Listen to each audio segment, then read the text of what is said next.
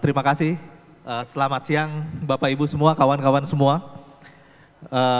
Saya harapkan semua masih bisa semangat untuk mendengarkan satu sesi yang saya kira ini akan menarik dan kita beruntung dihadiri langsung oleh Direktur Utama Telkom, Bapak Ririk Adriansyah, yang sebetulnya menjadi salah seorang mungkin paling expert dalam dunia telekomunikasi karena pengalaman beliau yang sangat panjang dalam dunia telco. Dan saya kira Pak Ririk akan banyak sekali nanti memberikan insight kepada kita tentang bagaimana transformasi dunia telco tidak hanya di Indonesia tapi dunia. Nah untuk itu saya kira Pak Ririk akan memberikan dulu beberapa insights sebelum nanti saya mencoba bertanya beberapa hal. Silakan Pak Ririk, kita beri aplaus dulu untuk Pak Ririk. Baik, terima kasih Mas Meta, rekan-rekan Bapak Ibu yang sekalian yang saya hormati.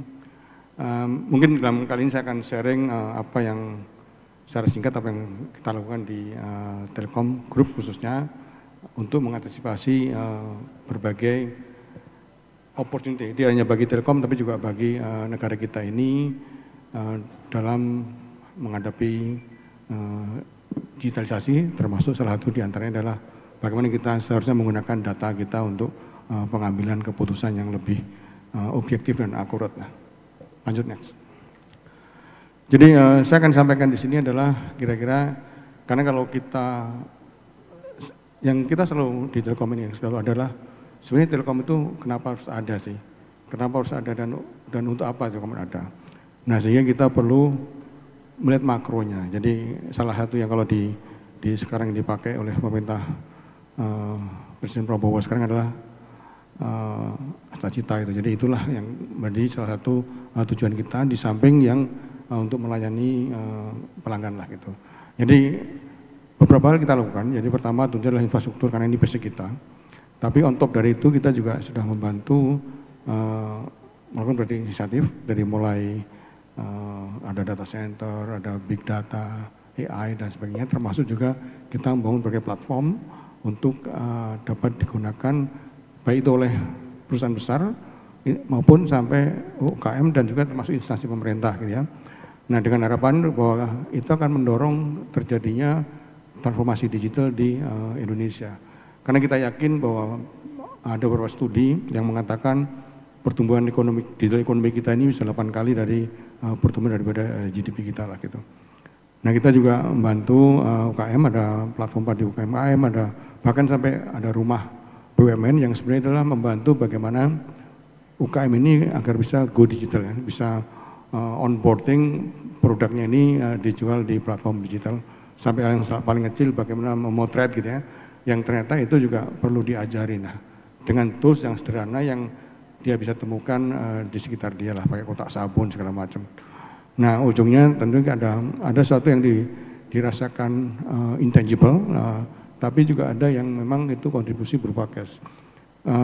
Bapak Ibu sekalian di Telkom ini, Telkom Group ini kira-kira kita ada katakan sepertiga atau 33% dari revenue yang kita peroleh itu sebenarnya kita bayarkan ke negara. Jadi setiap tahun ini Telkom bayar sekitar 50 triliun rupiah dalam berbagai bentuk, ada pajak, ada PNBP, ada dividen dan sebagainya ke negara. Jadi kira-kira itu sepertiga dari revenue kita setiap tahunnya saat ini. Next.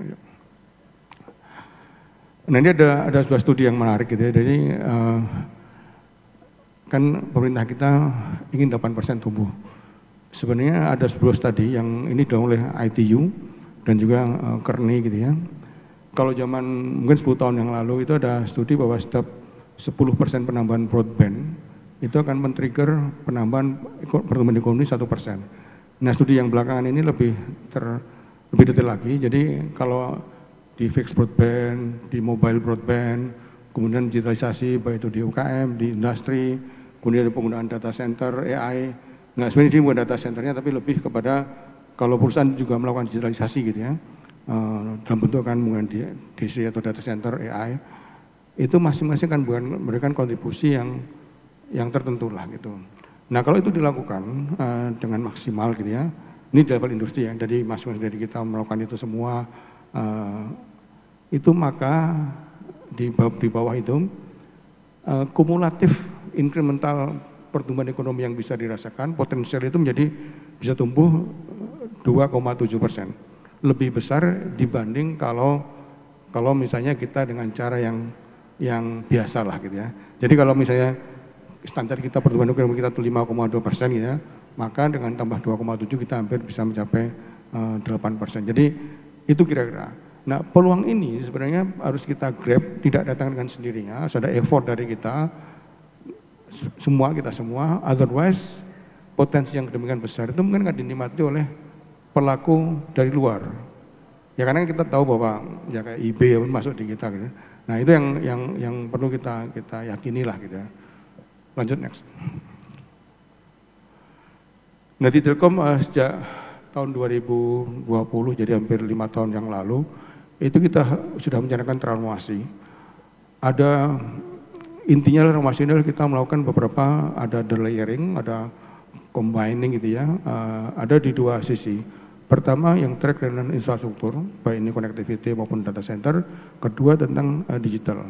Nah, infrastruktur itu ada 3 hal. Satu, FMC adalah kita menggabungkan antara mobile dan fixed broadband. Karena kita yakini dengan digabungkan ini akan lebih efisien, baik OPEX, CAPEX maupun juga layanannya kepada masyarakat akan lebih baik. Sudah kita lakukan, tapi sedang dalam proses.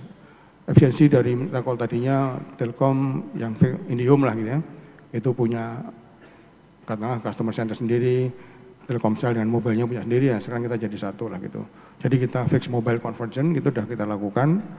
Kemudian kita juga spin off infrastruktur kita. Jadi ada Infraco atau Fiberco yang sebenarnya adalah aset Telkom yang berupa fiber optik, baik itu kabel laut, kabel yang di darat, itu kita pisahkan.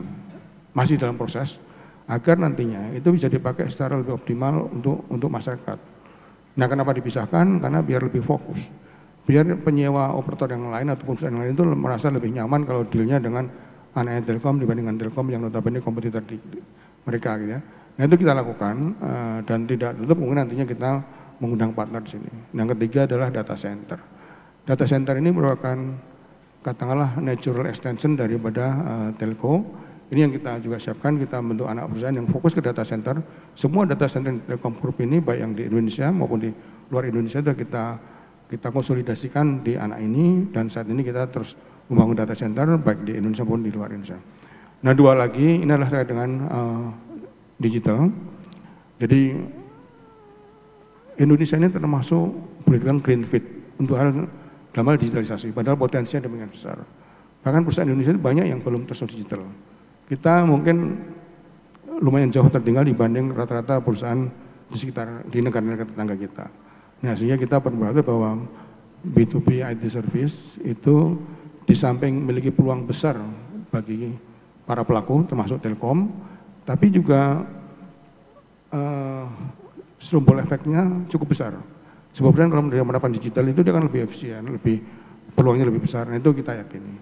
Nah, kemudian yang digital ini adalah kita juga aktif invest di berbagai startup, maupun kita juga mau lakukan inovasi sendiri, membuat berbagai platform digital yang kita yakini akan memberikan manfaat bagi banyak orang. Ini yang terus kita lakukan sampai dengan saat ini. Lanjut next. Nah, ini ada beberapa, jadi kita sebagai telco itu kita sudah sejak beberapa waktu yang lalu, baik untuk memberikan layanan kita maupun juga untuk mengelola internal kita berbasis data. Jadi dari mulai data itu kita collect, karena kita itu punya pelanggan lumayan banyak, tentu kita jadi tahu behavior. Nah, beberapa layanan ini sudah kita jual, ada yang kita pakai untuk internal, ada yang kita jual. Sambil contoh adalah credit scoring lah misalnya. Credit scoring sebenarnya kalau zaman dulu kita orang mau apply kartu kredit kan harus disurvei, lihat rumahnya, fisiknya gitu. Sebenarnya dengan algoritma tertentu itu bisa disimpulkan dari cara orang top up. Berapa besar, berapa sering, itu mengaruhi credit scoring.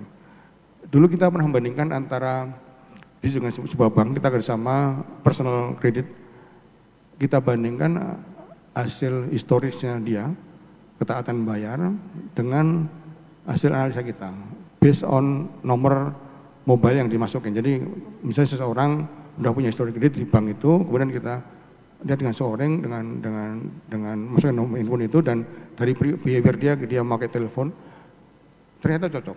Nah, ini yang sudah kita dapatkan. Sebenarnya ini banyak sekali penggunaannya.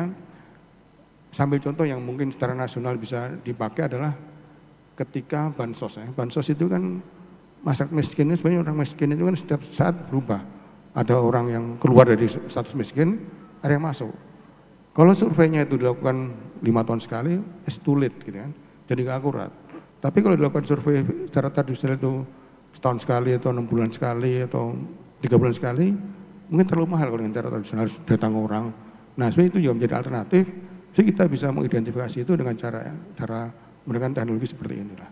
Nah ini kita sudah pakai, tentu saja ketika kita melakukan ini, ya kita harus comply dengan kerahasiaan, dengan PDP, kita comply. Tapi ini potensialnya cukup besar. Bahkan untuk mengelola SDM di Telkom ini kan orangnya kemana-mana, ada sampai ke ujung dunia sana kan.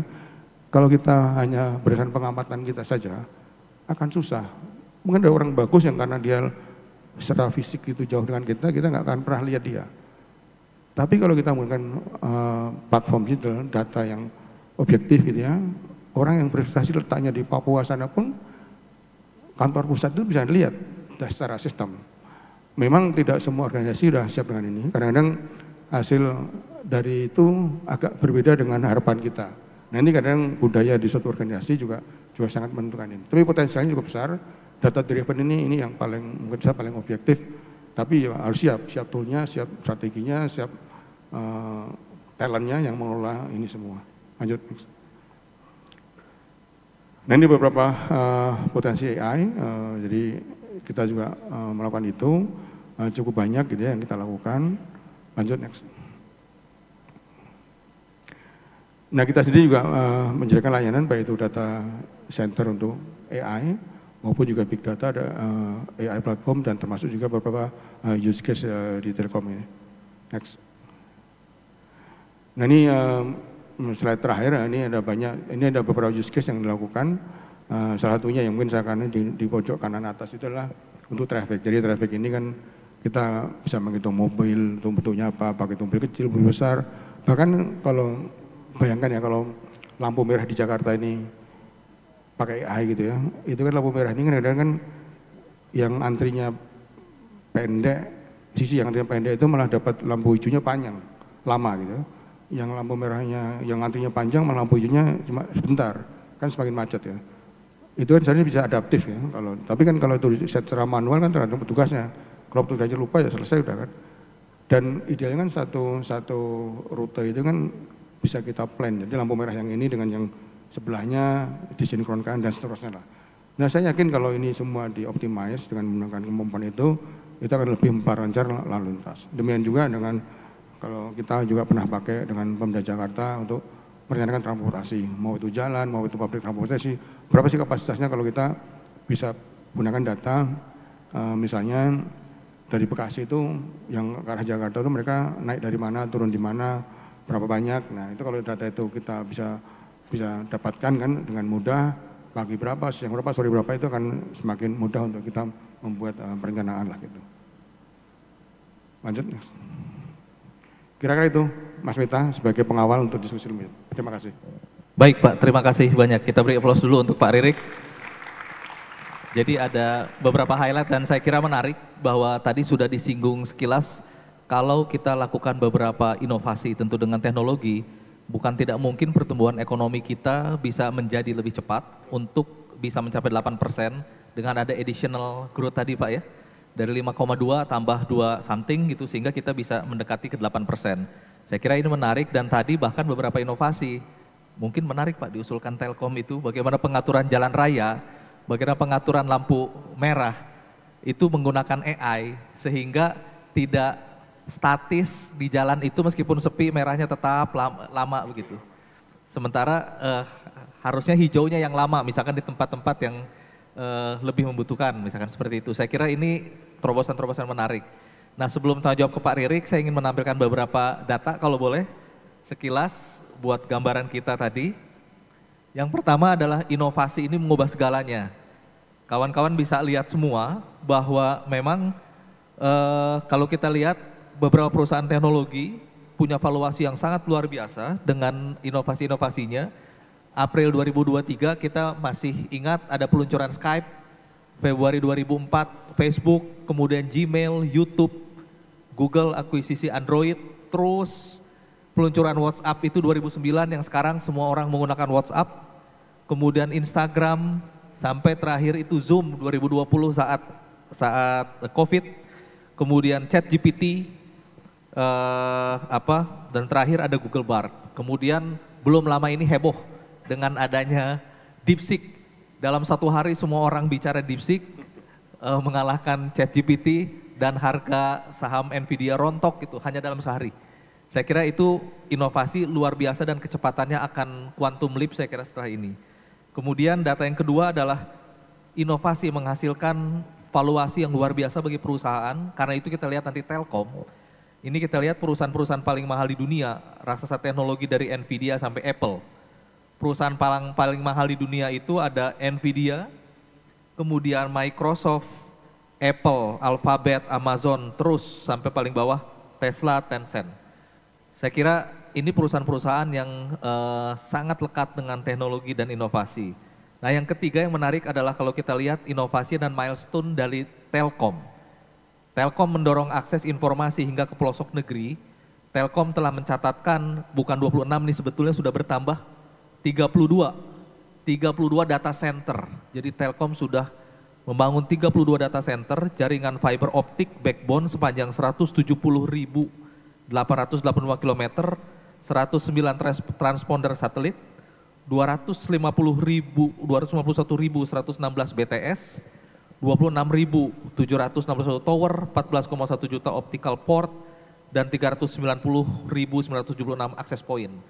Jadi sangat panjang inovasi yang dilakukan oleh Telkom, karena itu kita mungkin patut bangga bahwa Telkom jadi salah satu perusahaan terbesar di Indonesia dengan segala teknologi dan inovasinya. Kita beri aplaus lagi untuk Telkom. Di bawah kepemimpinan Pak Ririk luar biasa. Karena itu saya ingin langsung bertanya Pak, meskipun waktunya tidak banyak ini. Pertama adalah mungkin sekilas saja, saya sudah beberapa kali mendengar Pak Ririk, industri Telkom tidak mudah, industri telco ya, tidak mudah untuk bersaing dan survive di era yang berubah sangat cepat, dan Telkom sudah melakukan itu dengan strategi 5 bold moves. Nah, mungkin bisa disingkat sekilas Pak, hasilnya juga seperti apa dengan 5 bold moves itu? Terima kasih. Jadi sebenarnya memang telco ini dimanapun ya, baik di sini maupun di market di negara lain itu memang selalu under pressure. Kenapa? Karena semakin terkomoditize. Jadi komoditas, dan kalau dilihat sekarang siklus teknologinya itu jauh lebih cepat. Dulu antara 2G ke 3G lama, sekarang kan 3G, 4G, 4G, 5G, bahkan 5G belum kita gelar dengan baik pun udah ada 6G gitu.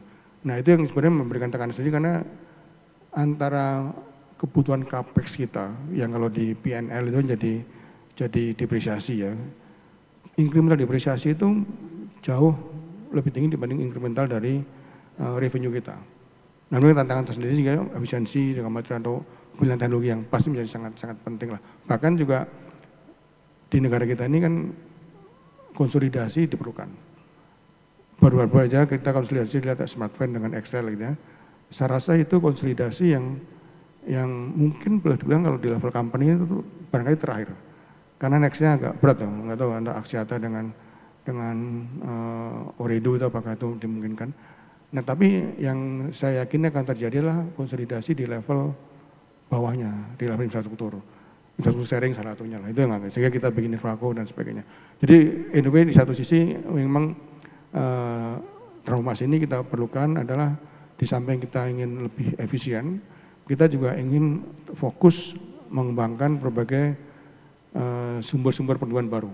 Ada data center diantaranya, itu jadi salah satunya, tapi kita harus fokus karena kita harus compete dengan pelaku lain gitu ya, baik di sini maupun di luar, sehingga kita harus fokus, dan termasuk juga kita harapkan itu akan meningkatkan valuasinya. Jadi kayak data center itu kalau lihat multiple EBITDA-nya itu lebih tinggi dibanding telco. Telco kan sekitar 6 kali, mungkin data center bisa belasan bahkan 20 lebih gitu ya, dan sebagainya lah. Nah itu yang kita lakukan dengan Five Moves ini, kita harapkan itu sebenarnya enggak hanya itu, tapi itu yang program yang paling utama lah gitu. Itu terus berjalan dan so far hasilnya cukup bagus.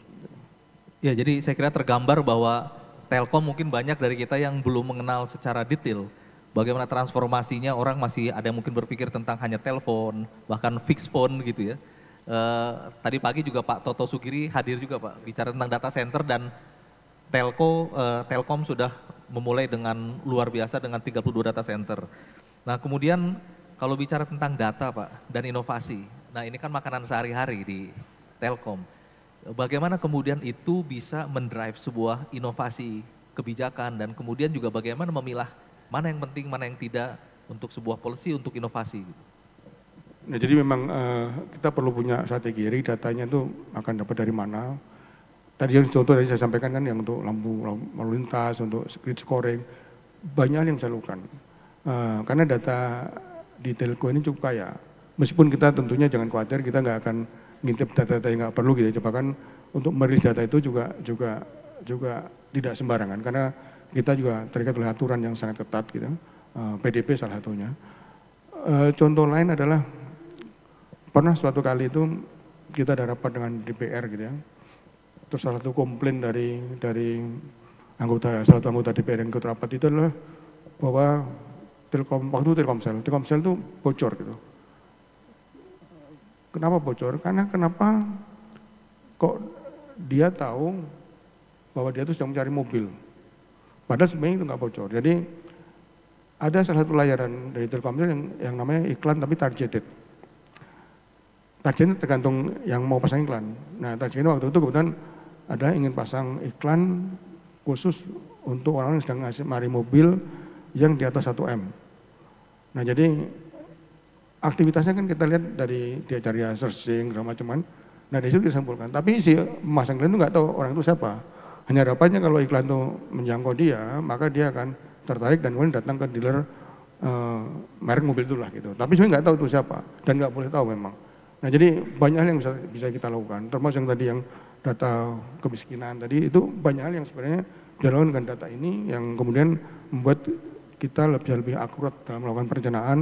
Termasuk ya tadi distribusi bansos dan sebagainya. Bahkan nanti rekan-rekan semua yang dulu pernah bicara juga adalah subsidi. Subsidi di kita ini subsidi kan karena yang kebanyakan produk. Jadi ada produk yang disubsidi, ada produk yang disubsidi. Yang masa yang terbesar terjadi adalah kebocoran.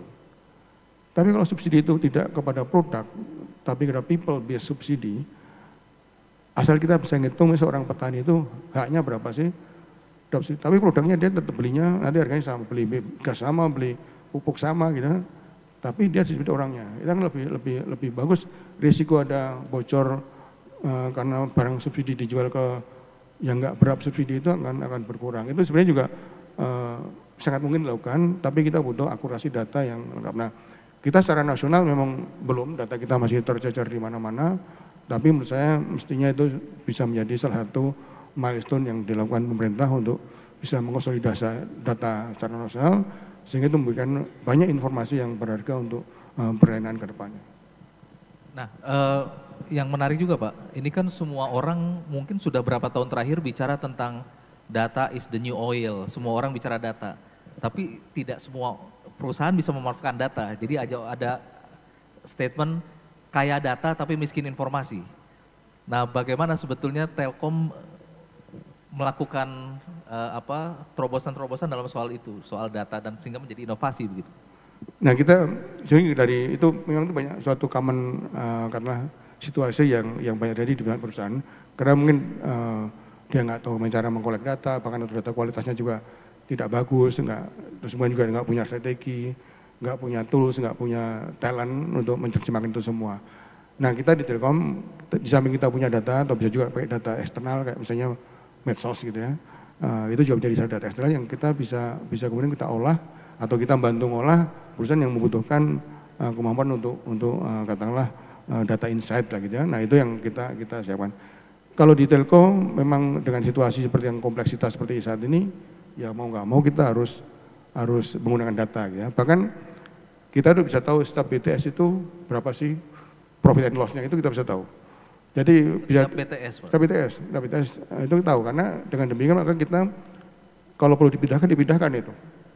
kalau perlu atau mungkin beta set tidak pindahkan tapi coverage-nya yang di adjust agar itu menjadi profitable. Itu sesuatu yang juga dengan atau memanage orang tadi saya sampaikan. Kan dengan begitu maka business decision itu bisa dilakukan dengan lebih akurat lah. Nah kemudian tadi Pak, perubahan yang sangat cepat itu adalah dengan kemunculan sekarang orang juga semua bicara tentang AI. Nah di mata seorang Pak Ririk yang puluhan tahun menggeluti bidang ini dan sekarang orang bicara AI, di mata Bapak AI itu seperti apa dan akan kemana sih arahnya ini? Saya melihat AI ini sesuatu yang sangat menarik dan bahkan sangat membantu bagi kita. Bahkan boleh dibilang mau itu perusahaan besar, mau itu perusahaan kecil sampai UKM itu sebenarnya bisa melakukan leapfrog gitu ya dengan menggunakan AI ini.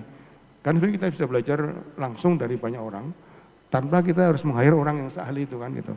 Saya ambil contoh gini, misalnya ada UKM yang di pelosok Kalimantan sana, dia jualan sesuatu yang mungkin untuk pasar Jakarta lah. Kalau dia harus meng-hire seorang product manager yang ngerti apa sih selera orang Jakarta itu kan terlalu mahal. Padahal dia butuhnya juga sesekali aja kan. Nah kenapa nggak pakai AI aja? Ya kan dia bisa pelangganan AI, bahkan ada pro yang gratis, yang kemudian dari situ dia bisa banyak tahu tanpa harus spending. Untuk UKM yang kecil kan enggak lah ya, tahu untuk perusahaan lebih besar mungkin nggak masalah. Itu kan bisa tahu. Jadi banyak potensial yang dijangkau oleh para pelaku bisnis, termasuk juga tentunya di kalangan pemerintah untuk bisa menggunakan AI ini sehingga banyak hal yang dulu agak nggak bisa dilakukan karena kompetensinya terbatas menjadi bisa dilakukan dengan baik dan cukup akurat. Jadi sangat besar potensi bagi kita.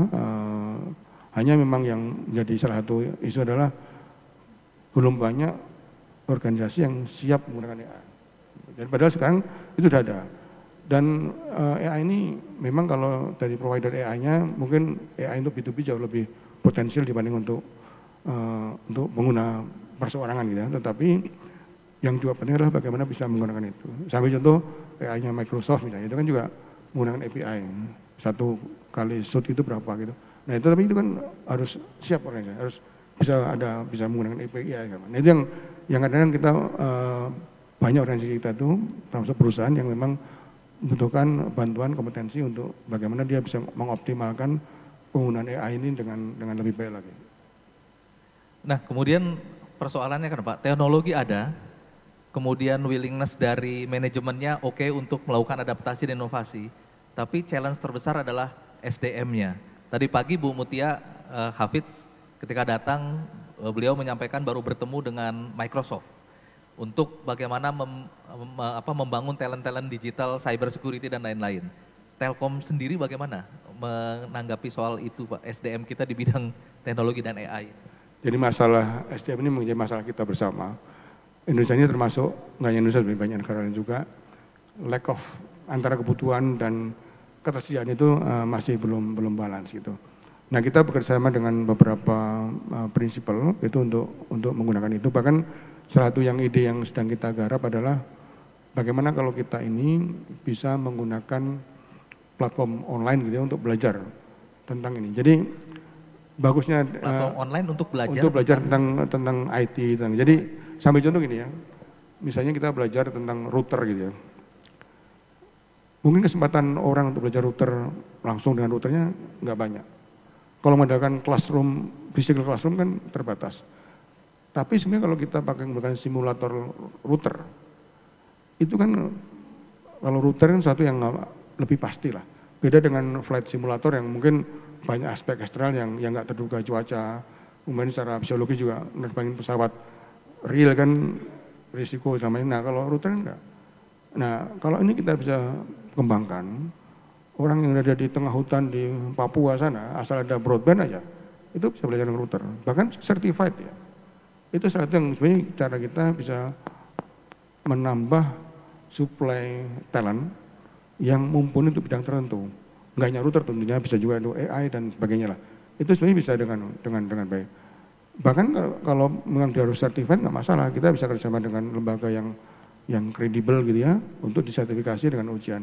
Saya yakin kalaupun dia lolos hanya secara teori, Tapi kalau namanya router itu ya dia nanti kita praktek dia megang router beneran itu nggak jauh beda. Beda dengan flight simulator ya, yang jago di flight simulator juga belum tentu menerbangin pesawat beneran berani kan. Kalau ini kan saya yakin gapnya nggak akan terlalu besar lah gitu ya. Jadi itu salah satu cara yang mungkin kita bisa pakai untuk melakukan terobosan bagaimana agar talent kita untuk digital ini bisa bertambah dengan cepat.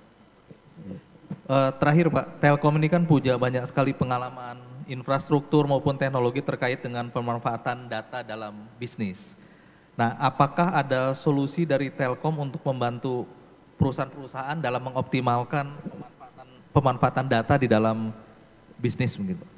Kita ada layanan beberapa, baik itu dengan big data, data insight gitu ya, maupun juga AI, ada beberapa platform yang kita bisa gunakan untuk membantu baik itu perusahaan besar kecil maupun juga pemerintahan. Bahkan kita juga menawarkan ke SPP, sistem pemerintahan berbasis elektronik yang saat ini sedang dilakukan. Kita juga menyiapkan e-katalog yang LKPP itu kita juga bantu sehingga prosesnya lebih mudah, lebih cepat, dan jumlah produk yang bisa online itu beberapa kali lipat lebih banyak gitu. Menarik Pak, cuma sebelum masih banyak nih pertanyaan yang saya tanyakan, cuma karena waktu Pak, tapi saya kira menarik, jadi banyak terobosan-terobosan yang bisa dan tengah dilakukan Telkom, termasuk saya kira tadi akan menarik Pak kalau ada pelajaran online gitu di fasilitasi Telkom dengan daya jangkau yang luar biasa sampai ke pelosok. Sekedar informasi juga Pak bahwa Kata Data Insight Center bekerja sama dengan anak perusahaan Telkom nih, Telkomsel, yaitu T-Survey yang punya customer sampai 170 juta kan Pak ya di seluruh Indonesia. Jadi kerjasama Kata Data Insight Center dengan T-Survey melakukan survei yang salah satu hasilnya adalah survei tentang ini juga Pak, middle class. Jadi Kata Data Indonesia Middle Class Insights ini dihasilkan juga dengan memanfaatkan kerjasama survei dengan T-Survey Telkomsel yang notabene anak dari Telkom. Jadi saya kira Telkom tentu dinanti terobosan-terobosannya dan mudah-mudahan dengan itu semua kita ingin ikut mensupport bagaimana Indonesia bisa tumbuh 8% yang dibutuhkan untuk memanfaatkan bonus demografi yang sebetulnya tidak cukup panjang lagi ya Pak ya.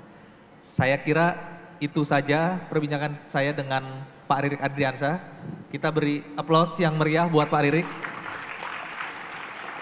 Juga atas achievement Telkom yang luar biasa. Saya kira kalau kita ingat COVID, jasa Telkom luar biasa besar.